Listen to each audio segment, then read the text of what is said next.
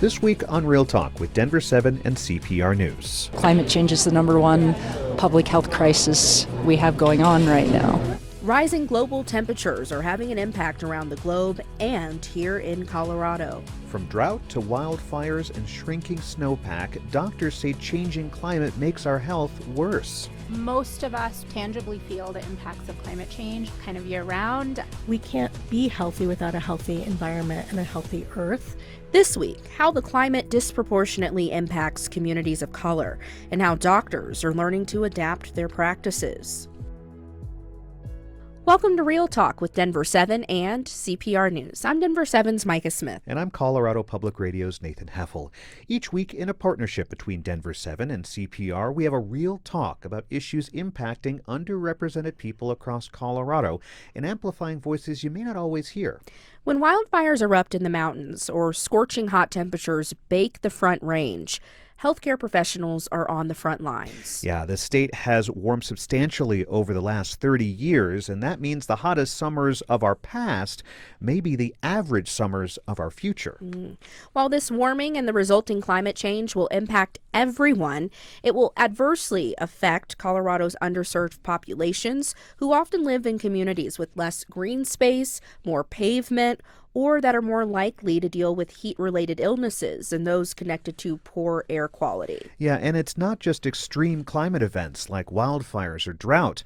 Warming temperatures means allergy season is lasting longer and longer. Not a huge deal for those with air conditioning or a way to filter out that pesky pollen, but for those without AC, keeping their windows open to stay cool means they have no relief from their allergy symptoms. Now, couple that with overnight temperatures seen recently in the southwestern United States in the 90s means the usual relief from brutal daytime heat just fails to come at night. So how are doctors, nurses, and other health professionals working with underserved communities around the state to prepare their patients for a changing climate?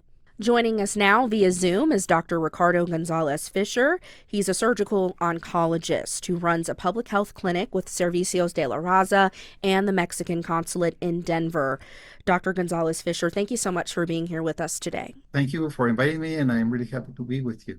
Whether it's hotter temperatures or other extreme weather, how do you see the effects of climate change on the people who come to your clinics? Well, it's known that climate change is one of the greatest threats of global public health. These changes affect the health of minorities in a disproportionate way when they're compared to white Americans. And what are some ways the exposure to heat can affect people's health, perhaps in ways that they wouldn't expect? I've been talking with our communities recently about the effects of heat in particular.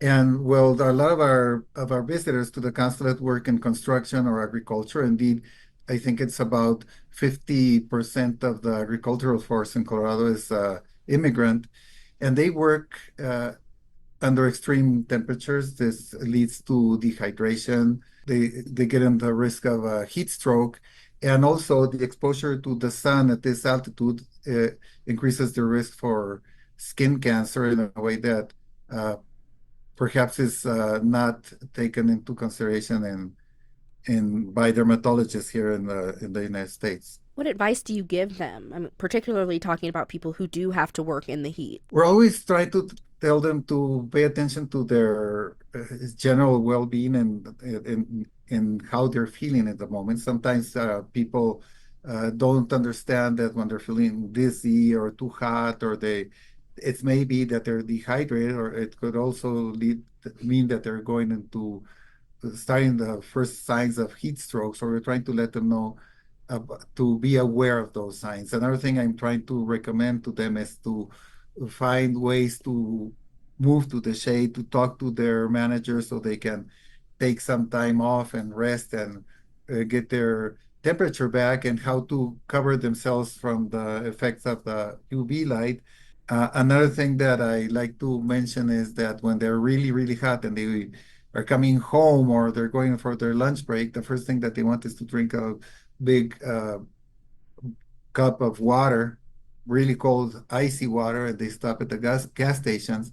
And the thing that they get is something that's full of sugar that is also going to affect them in their well-being and the future. And so it's not just the, the literal effects of the heat and heating up, but it's also they're going to go for a soft drink or a soda as opposed to that water because it's right there, it's on display, and they drink those every day. And of course, I'm assuming there are health risks there as well. And that's the way it's marketed. So you come to the gas station and the first thing that you see is the big sign and it's half price. So you would go for something that's cheaper that perhaps will be something that will affect your well-being in the future and the risk of obesity and diabetes. Yeah, I can see going for the economic costs, looking at the economics of it all and maybe going for something that's a little less expensive. Yeah. In your clinics, you offer things like screenings for diabetes or high blood pressure, as well as vaccines, and do a lot of these at the Mexican consulate in Denver, which means you serve some people who have moved here from abroad. How have they dealt with climate impacts in their home countries as well? People are starting to feel that something is going on wrong with the land. Some people are coming here because of poverty where they come from, and the poverty is related to the loss of the capacity of their land to produce for them, like it used to before, due to drought or to increase temperature. So people are really worried about that. Well, I'm assuming if they can't grow the crops because of drought or because the water has flooded their fields, there's little left in that country, so they begin to come to the United States. They migrate originally out of their properties or their rural areas to go to the cities in their countries. So it's internal migration. But when this is still unsustainable, then is when they decide to move here. Doctor, do you see stereotypes or biases coming into play when it comes to preventing or detecting health problems in this community? I remember growing up, I was adopted, and I was told you don't need sunscreen because you're darker skin. And I'm assuming that comes into play as well when you're seeing people in your clinics. I don't like to talk about personal stories, but I think 10 years ago or 8 years ago, I identified I had a lesion on the tip of my nose. And because I'm a surgical oncologist, I realized that this was skin cancer. When I went to see one of the best dermatologists in Denver, she saw my nose and she said, well, I don't know what this is, but this cannot be cancer because Mexicans don't get skin cancer. Finally, she made a biopsy. I knew what it was. And she is the one who pushed me to go and get treatment with another dermatologist who said, wow, you're the first Mexican who has skin cancer that I know. And what I'm trying to say with this is that a lot of us do not know how to advocate for us. So I think that a lot of doctors still have these stereotypes and believing that because of your country of origin or the color of your skin, there are certain things that you don't get. All right, Dr. Ricardo Gonzalez-Fisher, thank you so much for joining us for this Real Talk. Thank you. Well, you heard how adults who have to work outside have to deal with the heat, but what about kids who need a place to play? Yeah, coming up, a pediatrician on the surprising effects that a warmer planet has on our health and how we can prepare the next generation. This is Real Talk with Denver7 and CPR News. Welcome back to Real Talk with Denver7 and CPR News. I'm Colorado Public Radio's Nathan Heffel. And I'm Denver7's Micah Smith. Climate change is a worldwide problem, and doctors, nurses, and other health professionals are on the front lines as a changing planet impacts the health of their patients. Kids and their parents have to be especially aware since bad air and heat can be more dangerous for bodies that are still developing. Dr. Sheila Mankey is a pediatrician in Thornton at Every Child Pediatrics. She's also a leading voice in the healthcare community, calling for policies to create cleaner air and water across Colorado. Thank you so much for being here today. Thank you so much for having me. We mentioned that climate change is bringing about a longer allergy season. Could you expand on that? Why is that?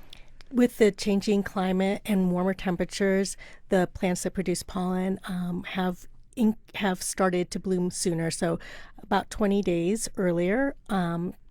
And we think about 50% of that increase or advancement in the time that they start to bloom is due to human-induced climate change. Wow. 20 days longer is a long time, especially as someone who suffers from allergies.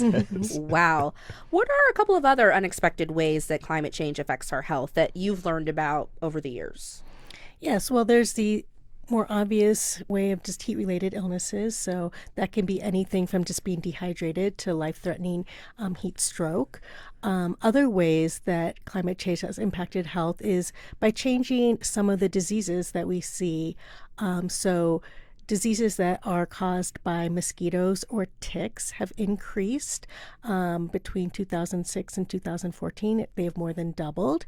And that's because those insects are sort of changing their pattern and their distribution. So things like Lyme disease particularly falls into that category. Other diseases as well that are mosquito-borne, such as Zika or dengue, start to move and travel into different areas. So, as a healthcare professional, as that happens, you have to adapt. If you see a rash or something, let's say for Lyme disease, that if someone's in Colorado, you might not think that, but now you have to? Absolutely. Wow.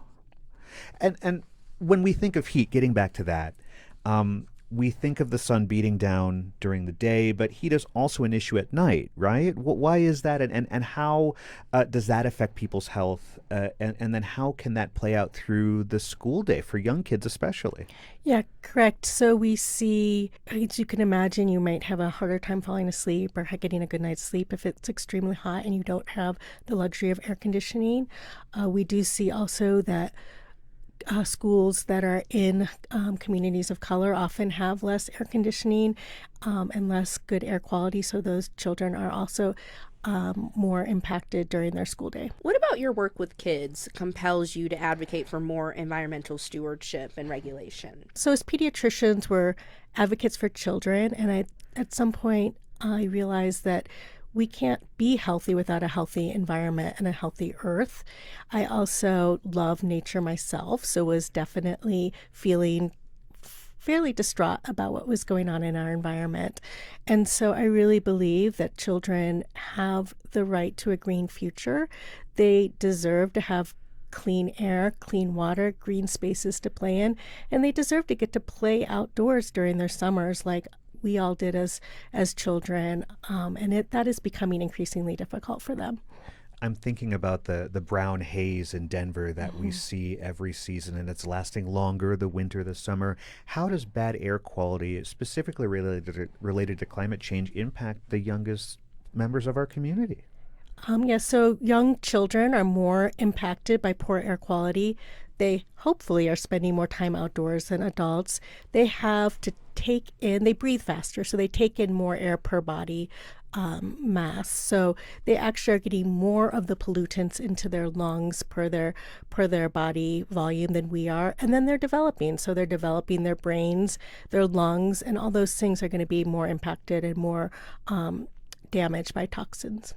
Dr. Mankey, with young people being more impacted by poor air quality, do you see a disproportionate impact in underserved communities as well, and especially children from underserved communities? For sure, yes. So underserved communities tend to be located in areas of worse air quality, typically around the I-25 corridors, the corridors of highways, and near industrial pollutants as well. So they are definitely more impacted. And is there a solution for those kids in those communities? It's not just on the parents and the kids, right? It has to be something different. Correct. Those parents and kids deserve to have healthy air to breathe, and it's not their responsibility to make that air healthy. But there are a lot of community groups that have really strongly been advocating, and as healthcare providers trying to work with those groups, but it has been a bit of an uphill battle from getting legislation and industry behind that. What's your top piece of advice for kids and parents to deal with the effects of poor air quality and heat?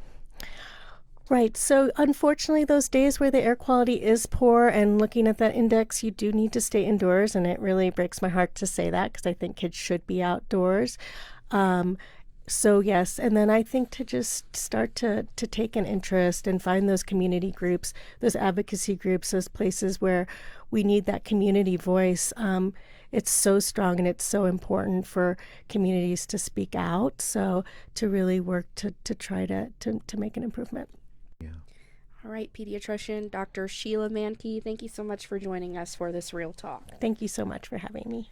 You know, as we've heard all episode, doctors and healthcare professionals are on the front lines of the climate crisis. Coming up, how the University of Colorado School of Medicine is training doctors and healthcare providers on how to adapt their practices to a changing climate.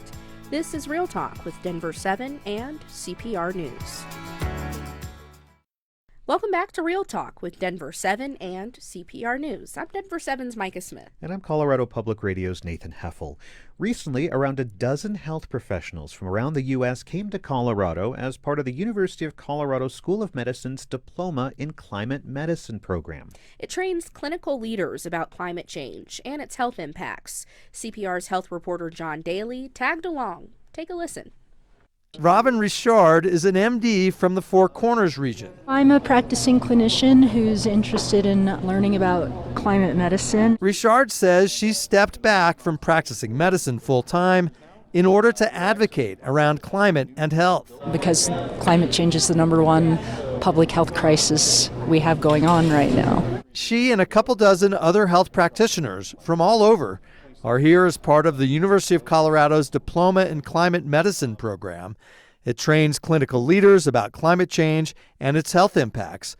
Director and family physician Parkavi Chakuri says it starts with a crash course on the basics. What is climate change, and what are all of the health problems that it can cause or is already causing? Chakuri says doctors and nurses are well suited to learn and talk about information from air quality to intense heat to mosquito-borne diseases. At the end of the day, I think health professionals are trusted because we just want to help our patients and we want to have healthy communities. Professor Ed Maybach says their voices are critical. They're on the front lines of climate change, and by educating them about how to do that job best, it really creates all kinds of new possibilities to wake us as a country and as humanity up to the realities of climate change. The program's hope is that as their efforts spread, then more health practitioners get involved and educate about the burgeoning health risks.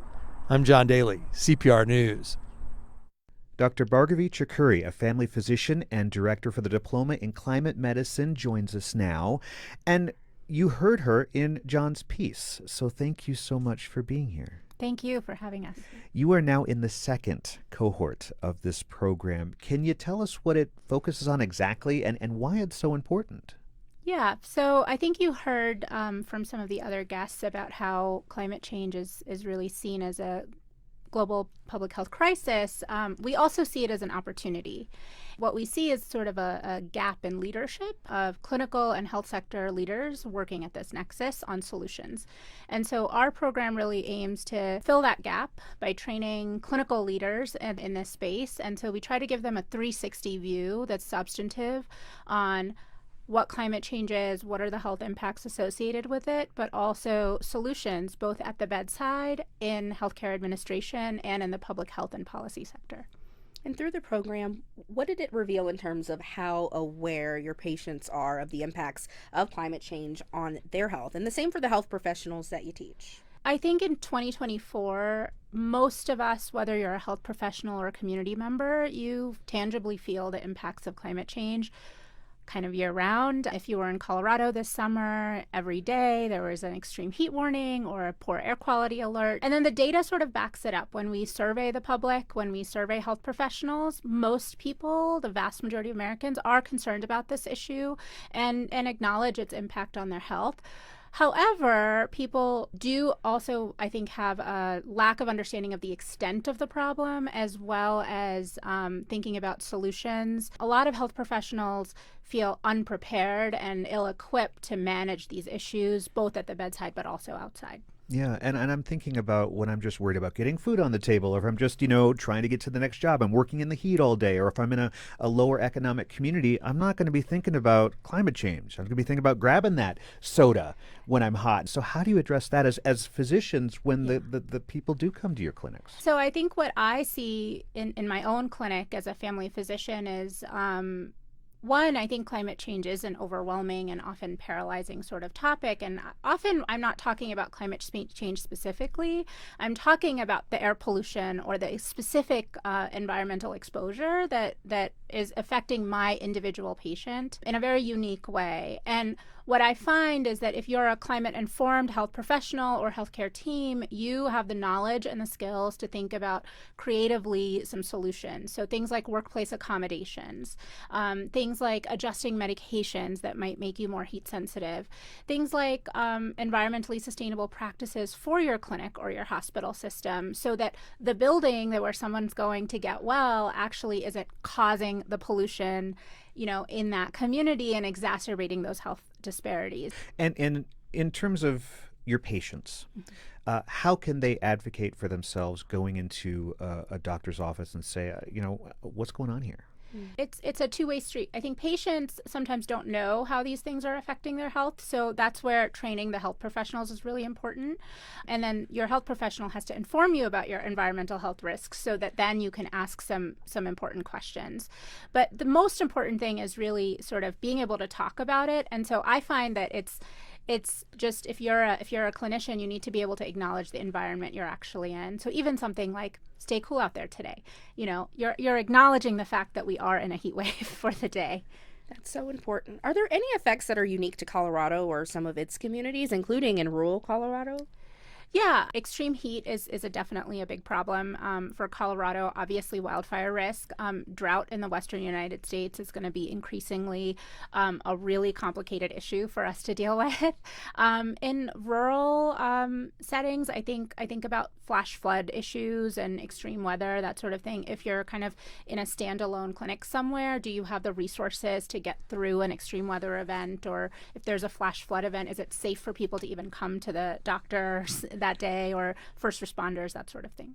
That trust that patients have with you as a physician, I'm assuming that means that you can have these conversations in a way that is different than, let's say, a politician or somebody else. Absolutely. I think health professionals are a trusted messenger of science broadly. And then also, when I'm talking to my patients about their environmental health risk, it's really coming from a perspective of focusing on their health. I'm less concerned about climate change for the sake of polar bears. I'm more concerned about, preventing an asthma exacerbation in someone's child. And so I think if you can sort of center it on the issues that people care about and that people are really invested in, these conversations, again, I found that as long as you ask, if you start asking, people are concerned and they're happy to have these conversations because they're worried too.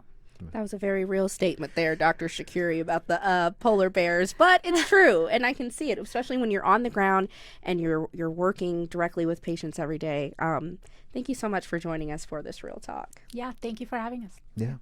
And that's this week's episode of Real Talk with Denver7 and CPR News. Every week, we have a real talk on issues that impact Coloradans who are often overlooked. You can find all of our shows on denver7.com/realtalk or at cpr.org/realtalk. Have a great day.